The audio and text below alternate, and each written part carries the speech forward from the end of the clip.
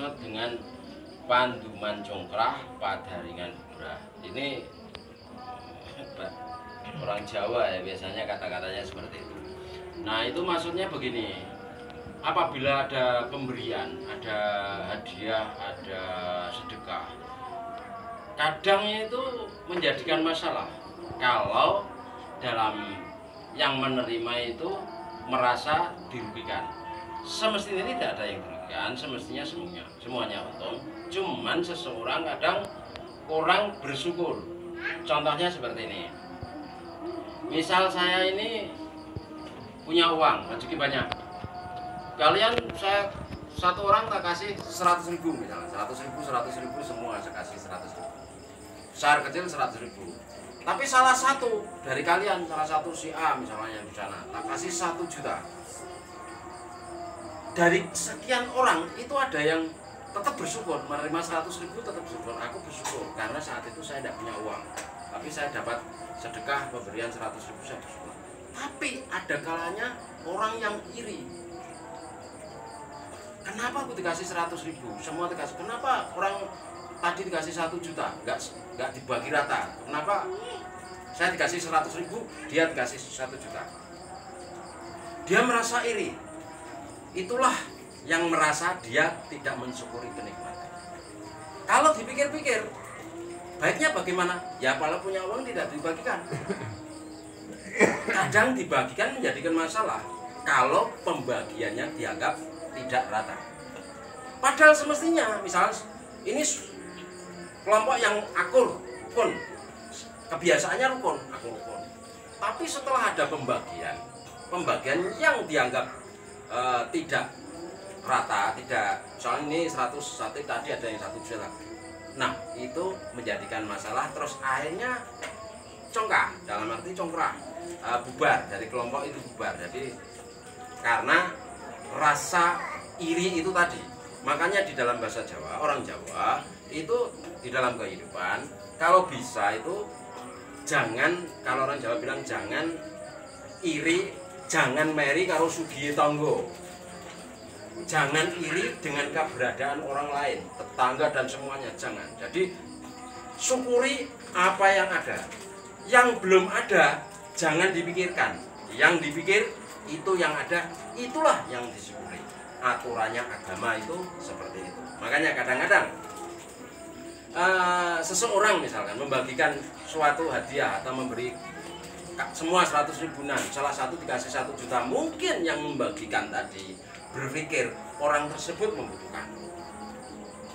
Dikatakan membutuhkan mungkin untuk berobat, untuk kebutuhan keluarganya atau kebutuhan dia sendiri. Yang membagikan itu tahu bahwa ini dibagi rata semua sama salah satunya diberi lebih banyak, karena orang yang bagian tahu kalau yang dikasih lebih banyak itu membutuhkan.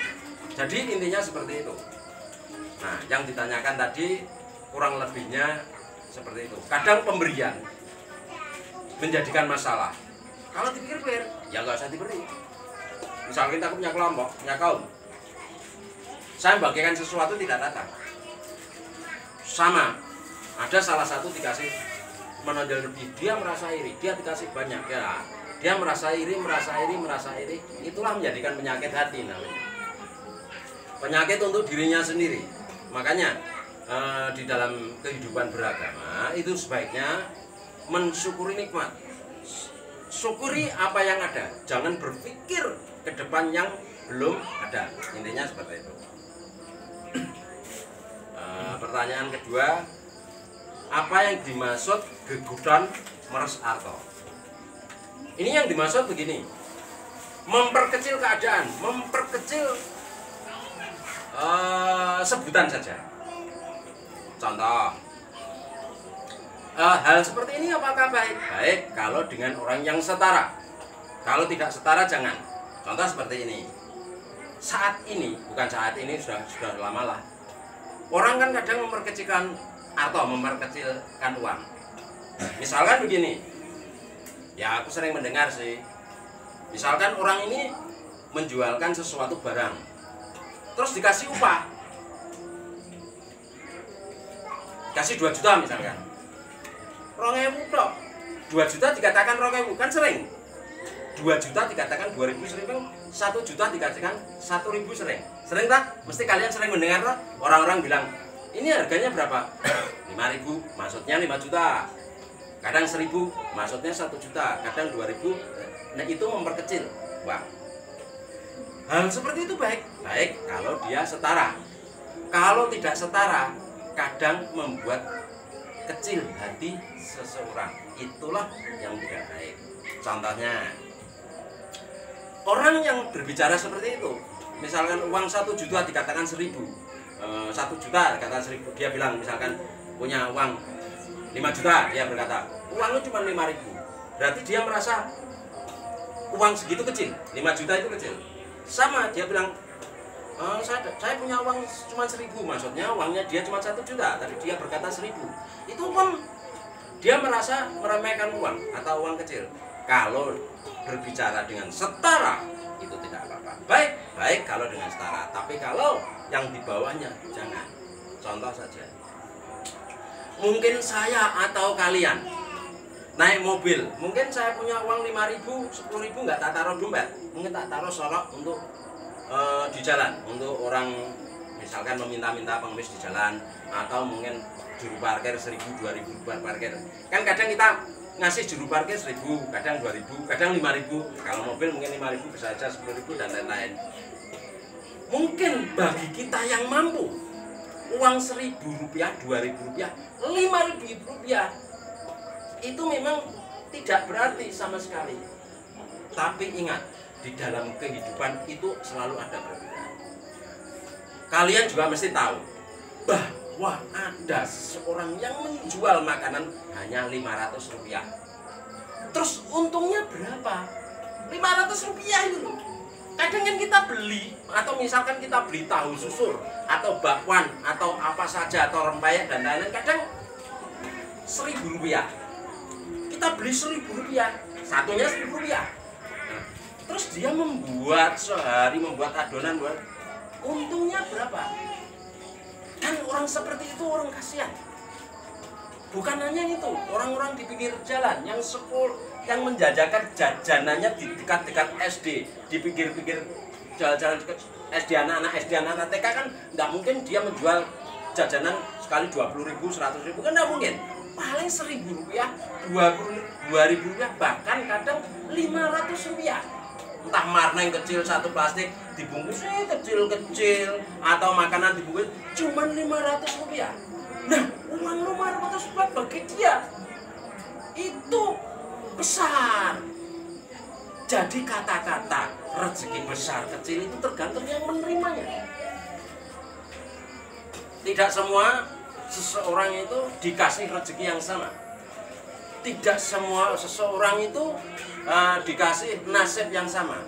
Kadang mungkin saya pribadi misalkan kuat beli rokok seharga 25.000 sehari misalkan. Bahkan ada yang untuk belanja saja, harian untuk belanja saja, kok 25.000, 10.000 saja sering. Bukan hanya 10.000, bahkan dia kadang cuma menjanjakan kehidupannya hanya 5.000 rupiah sehari. Jadi yang ditanyakan ini semestinya intinya di dalam kehidupan itu tidak ada besar, tidak ada kecil, tidak ada mewah, tidak ada. Yang nomor satu itu di dalam hati kita. Hati kita bersyukur. Kan gitu. Kita bersyukur. Apa yang kita punya sekarang ini kita syukuri. Jangan berpikir yang jauh, yang susah kamu pikir. Tetap manusia tetap berusaha dan berdoa. Saya ulangi lagi, manusia itu kehidupannya berbeda. Masalah rezeki.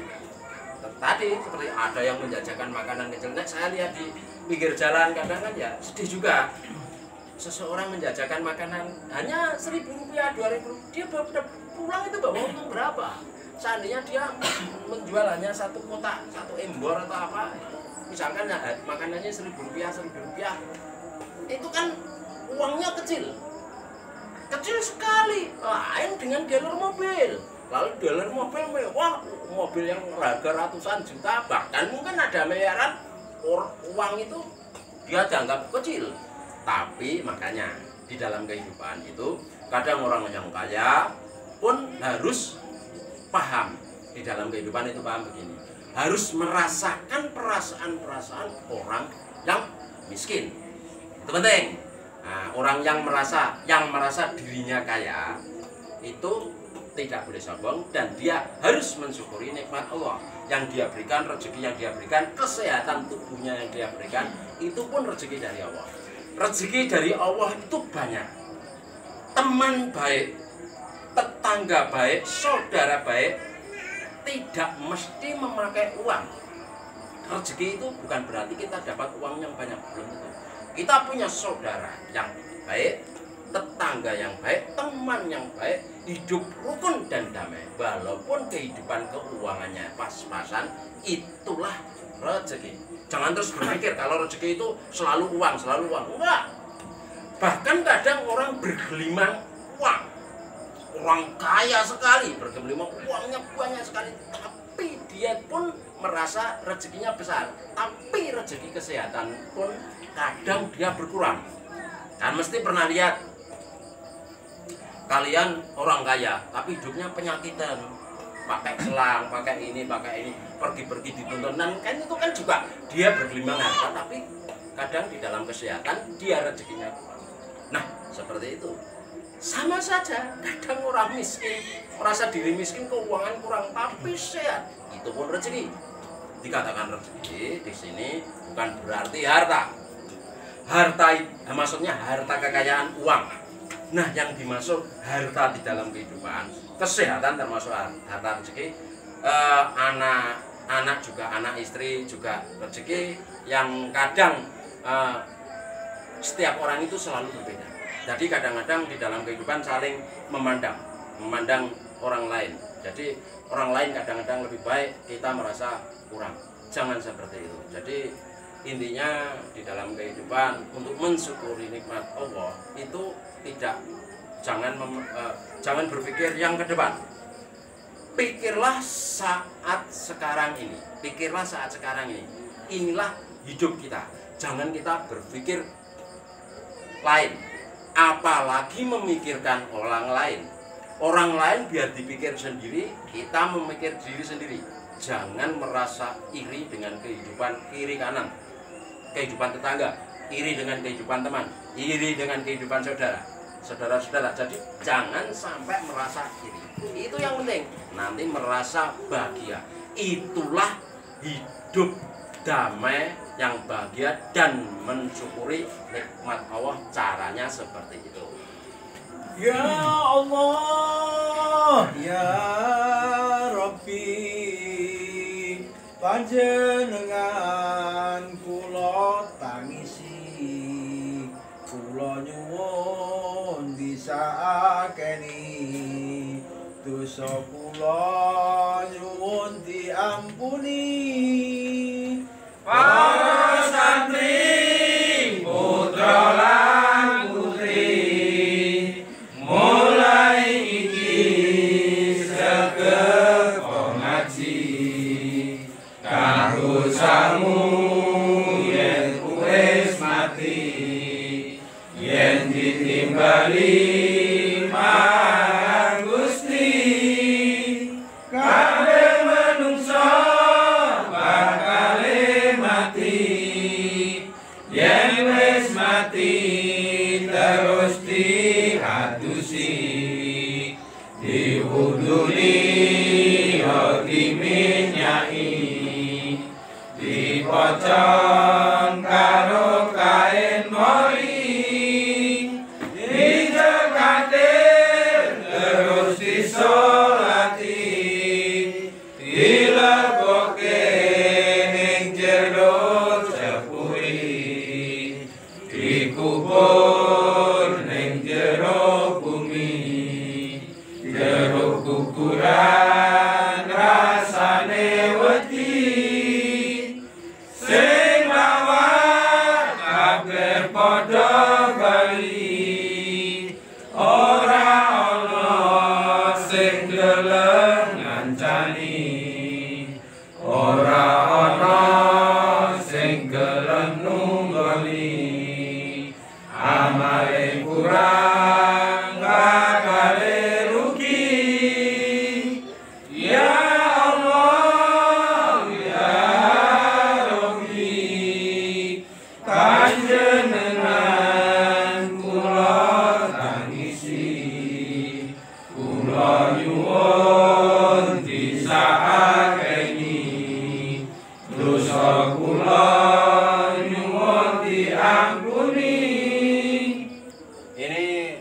bertanya tapi tidak saya jawab karena kelihatannya yang ditanyakan tentang berhubungan dengan politik.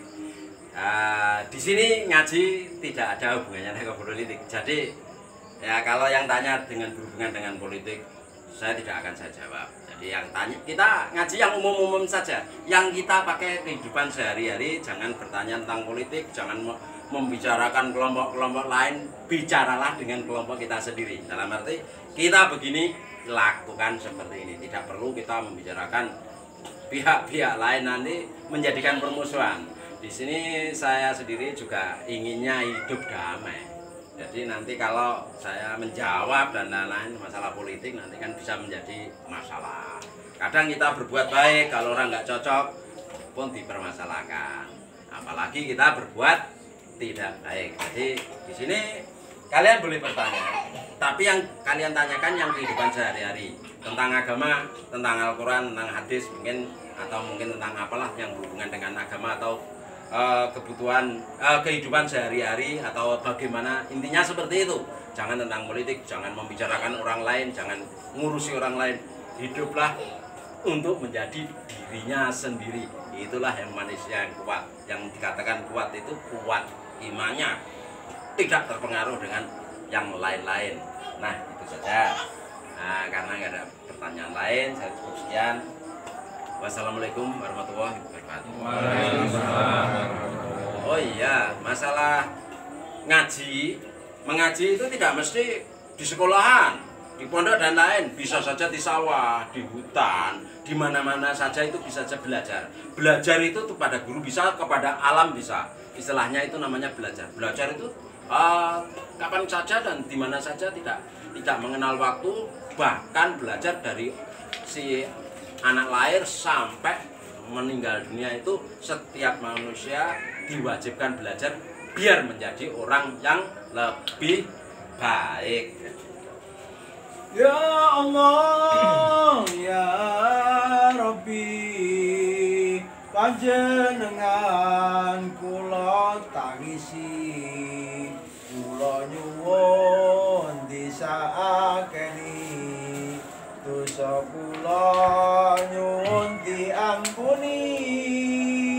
Para santri, putra lan putri, mulai iki sregep ngaji, kanggo sangu yen wis mati, yen ditimbali marang Gusti, kabeh manungsa bakale mati, yen wis mati terus diadusi, diuduni ya dimenyai, dipocong karo kain mori, dicekake terus disolati, dilebokke ning jero jepuri,